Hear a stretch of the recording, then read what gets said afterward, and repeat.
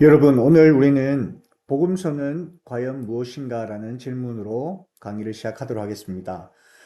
책을 고를 때 소설인지 역사책인지 아니면 자기 개발서인지에 따라 읽는 방식이 다르죠. 마찬가지로 복음서가 어떤 성격의 책인지를 아는 것은 우리가 성경을 바르게 읽는데 아주 중요합니다. 먼저 복음이라는 말의 뿌리를 살펴봅시다. 헬라어로 유앙겔리온인데 유는 좋은, 아름다운이란 뜻이 있고요. 앙겔리아는 소식, 메시지, 발표라는 뜻을 가지고 있습니다. 따라서 유앙겔리온은 단순히 소식이 아니라 좋은 소식, 좋은 소식의 선포를 뜻하는 말입니다. 그렇다면 이 단어가 어떤 맥락에서 쓰였을까요? 세 가지로 구분해서 말씀드릴 수 있습니다. 첫 번째, 유대 예언 문학에서 어떻게 사용되었는지를 살펴보겠습니다. 구약에서 유앙겔리온은 하나님의 구원의 선포를 의미했습니다. 특히 바벨론 포로기 이후 절망 가운데 있던 유대인들에게 이 단어는 희망이었습니다. 이사야 40장 9절에 너희의 하나님을 보라.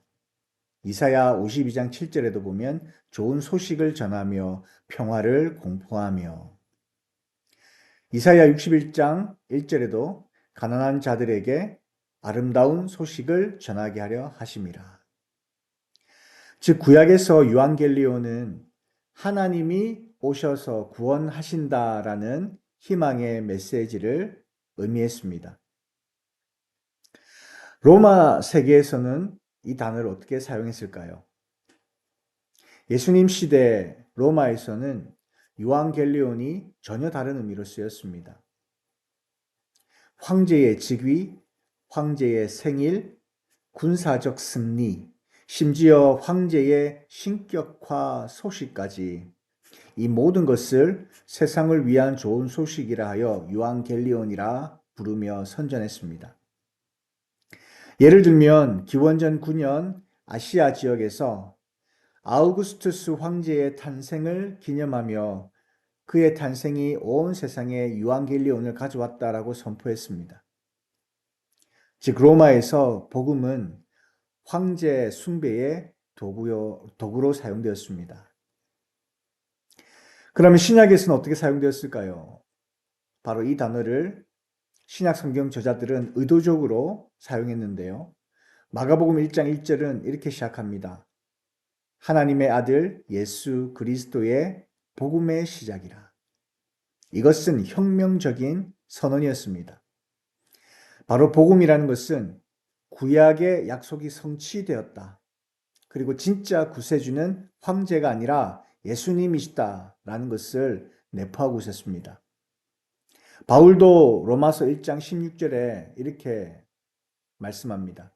복음은 모든 믿는 자에게 구원을 주시는 하나님의 능력이라. 복음은 단순한 소식이 아닙니다. 세상을 뒤흔든 선포였습니다. 그렇다면 복음서는 어떤 글일까요? 고대 문학 가운데 이러한 장르는 없었습니다. 이 복음서는 독특한 장르였습니다. 캐리그마란 선포된 메시지라는 의미를 갖고 있습니다. 옛날 전령이 나팔을 불고 사람들을 모아서 왕의 명령을 들으라고 외쳤듯이 복음서는 단순한 기록이 아니라 하나님의 권위 있는 선포문입니다. 따라서 복음서는 단순 정보 전달이 아닙니다. 객관적인 역사책만도 아닙니다. 바로 우리의 결단을 요구하는 신앙적 선포입니다.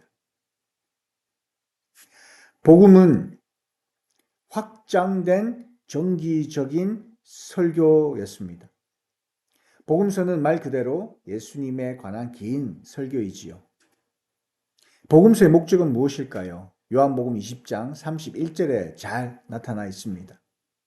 복음의 목적은 바로 믿음을 불러일으키는 책이었고 생명을 얻게 하는 책이었습니다.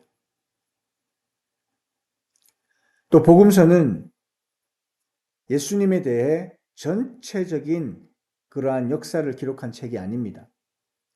요한복음 21장 25절에 보면 세상이 그 책을 두기에 부족할 것이다 말씀합니다. 만약에 예수님에 대해서 다른 것들을 다 담는다면 말이죠.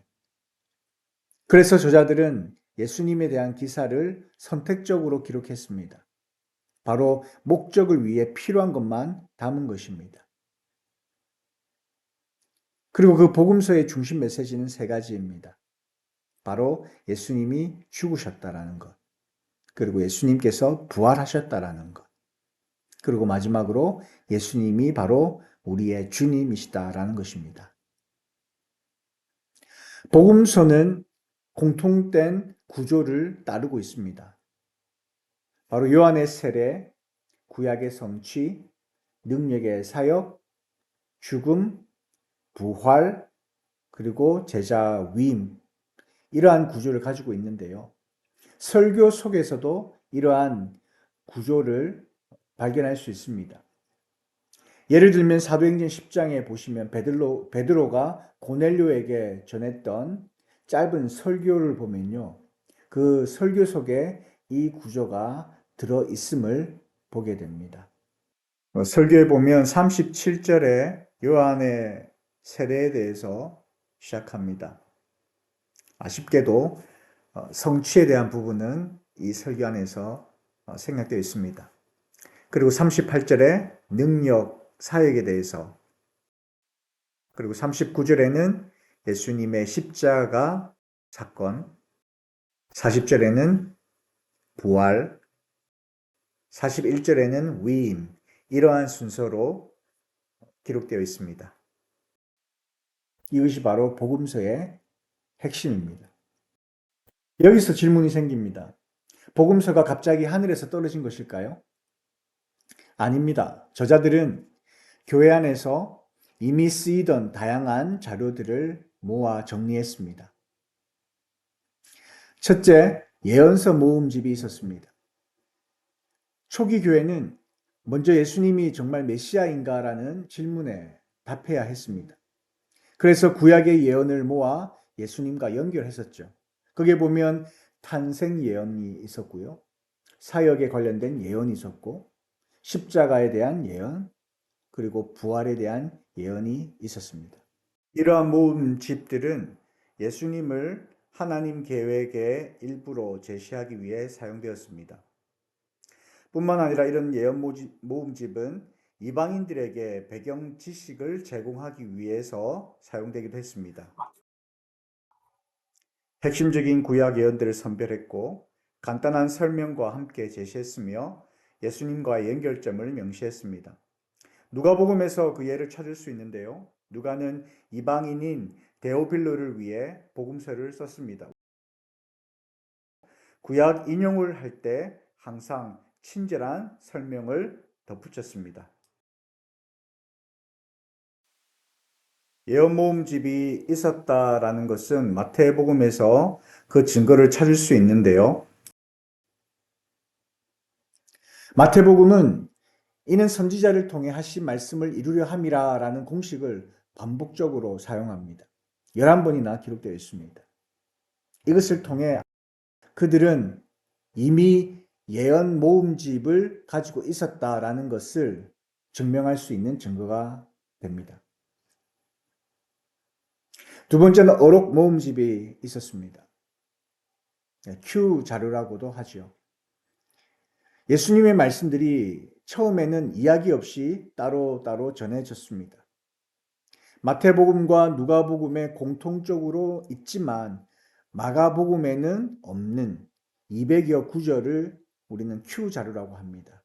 이러한 예수님의 말씀 모음집이 있었다라는 겁니다. 그리고 교회 현실에 맞추어서 말씀들이 정리되기도 했습니다. 예를 들면 교회 치료에 관련된 부분이라든지 이혼 문제라든지 선교 명령에 관련된 말씀들이 그러한 예입니다. 즉 복음서는 예수님의 말씀과 구약 예언이 교회의 필요에 맞게 엮인 책이었다. 그렇게 주장할 수 있습니다. 마지막으로 왜 구전으로 전하던 복음을 문서로 기록했을까?